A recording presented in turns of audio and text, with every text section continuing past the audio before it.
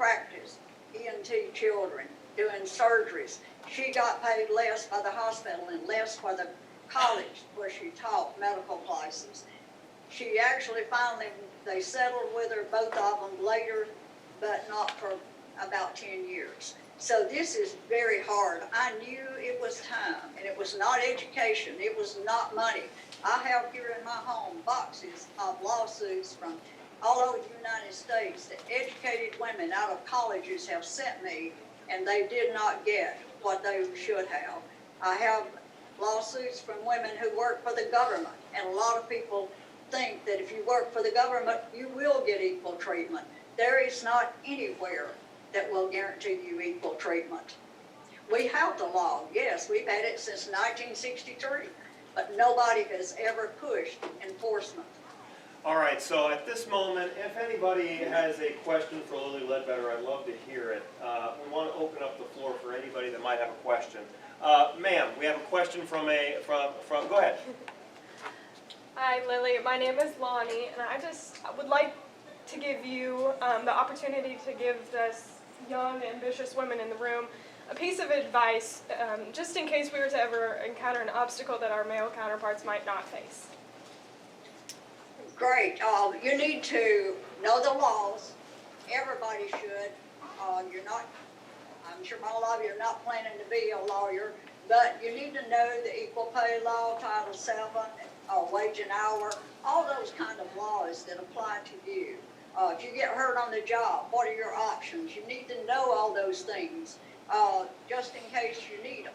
You're not maybe going to use them, but you need them. If you need them, you will know. But then you need to research that prospective employer, where you're going to work, how do they treat their people, are they good to work for, do they analyze everybody's pay and their status each year and get everybody equaled out to where they should. Because when you get a job, your sex, your color, your nationality shouldn't have a thing to do with your pay. It should be based on your education, the experience, and your work ability and what you bring to the job. And what most companies are finding out, when they treat people fairly and equitably now, they are being more successful. The bottom line is greater. Salesforce is one of the good companies that has learned that. It's cost them a lot of money to get people equal, but that's what they do. So it's been good, but need to know exactly what treatment to expect. Can I piggyback on that question? It was a great question. You've talked about your husband some and his passing. Yep. How important was his role in your battle? Very important. He stood with me, and at one point it appeared like I might even lose everything I had, what little I had, and it was costing me. I spent all of my 401k during those 2 years. I was forced out early retirement. I did lose the age discrimination case, and that one I wanted to win more than anything personally. But I was forced out at age 60, could not draw Social Security until 62, so I spent all of my 401k in 2 years trying to make my retirement equal out, but and it still came up short.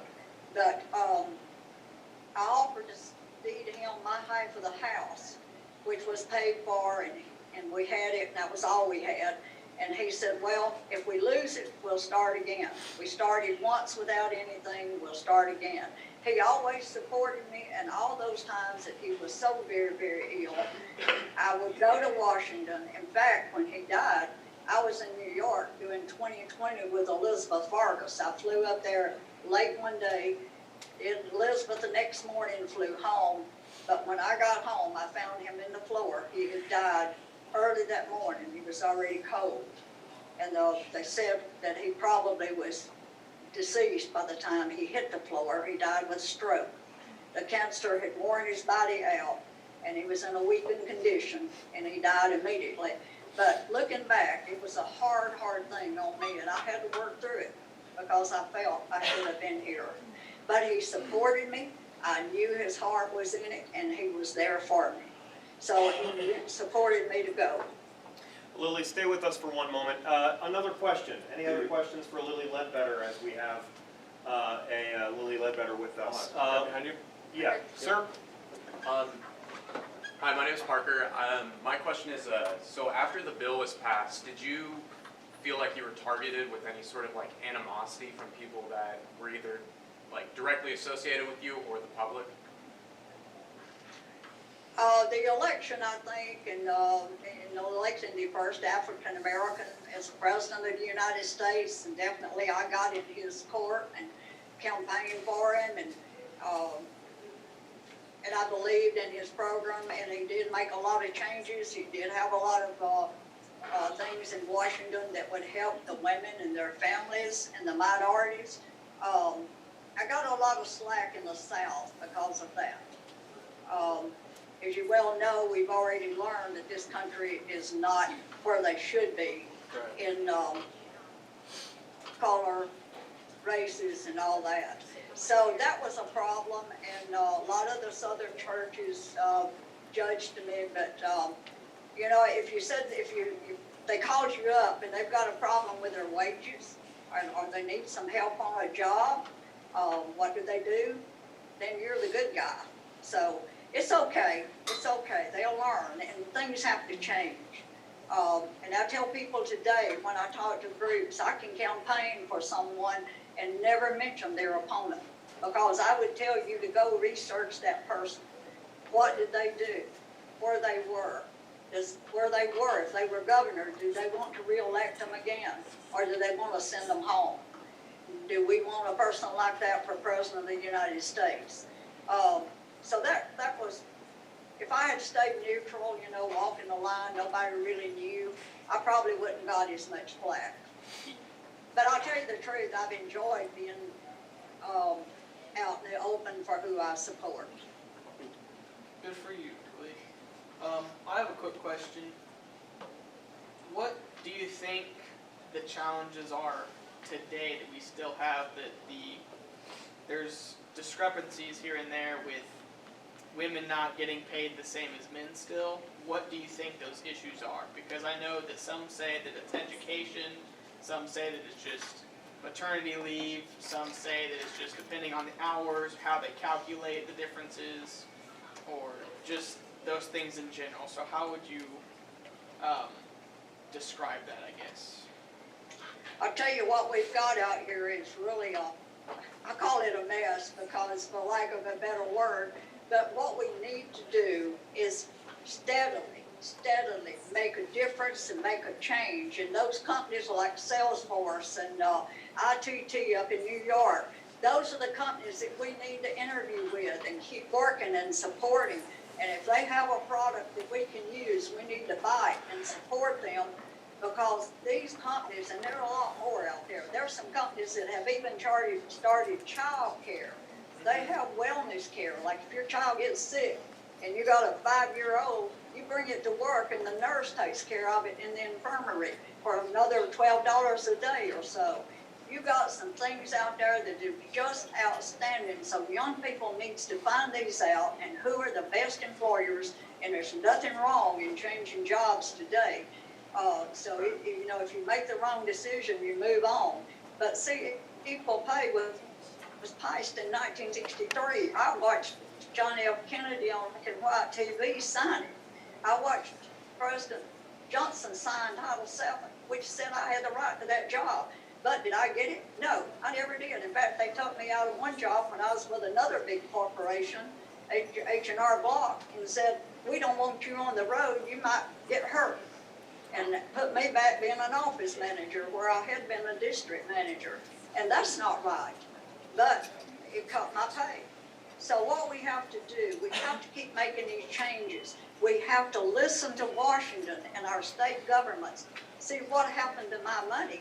What, $3 million dropped to $300,000 because Congress negotiated that cap in 1991. It was a trade-off. They gave it up, that the amount of money for a white woman would only be $300,000. I couldn't get $3 million. If I had been an African American, I could have gotten $3 million.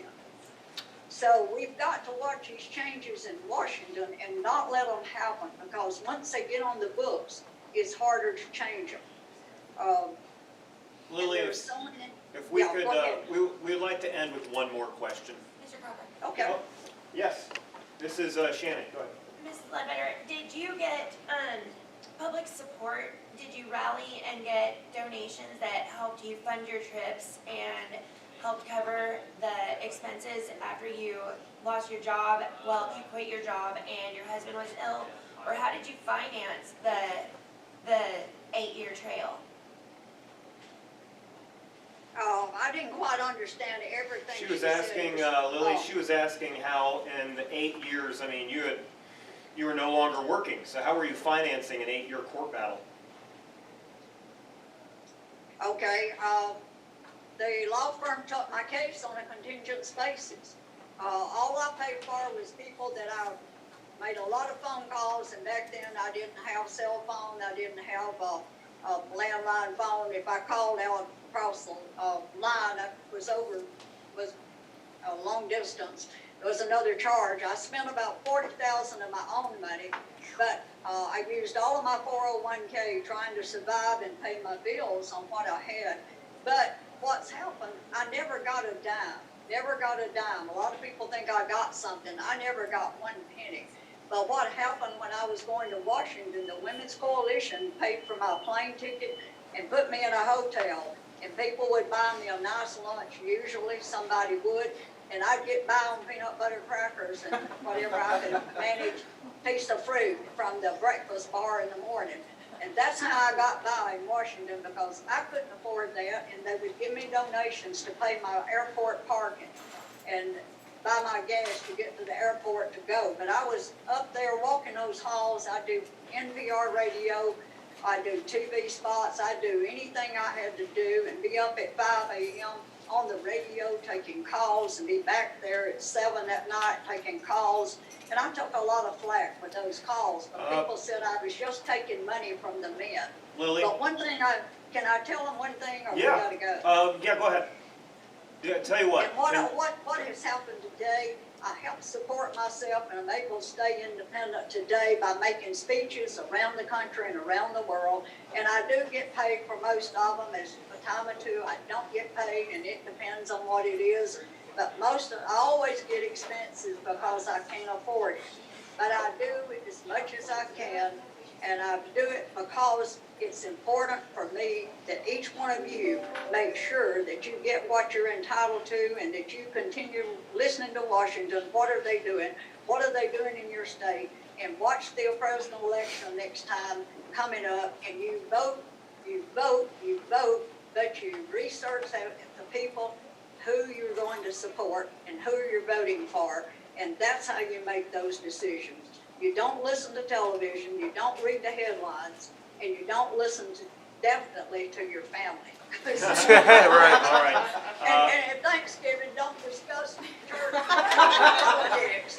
Amen to that. You can't win. Lily, we wanted to thank you so much. Round of applause.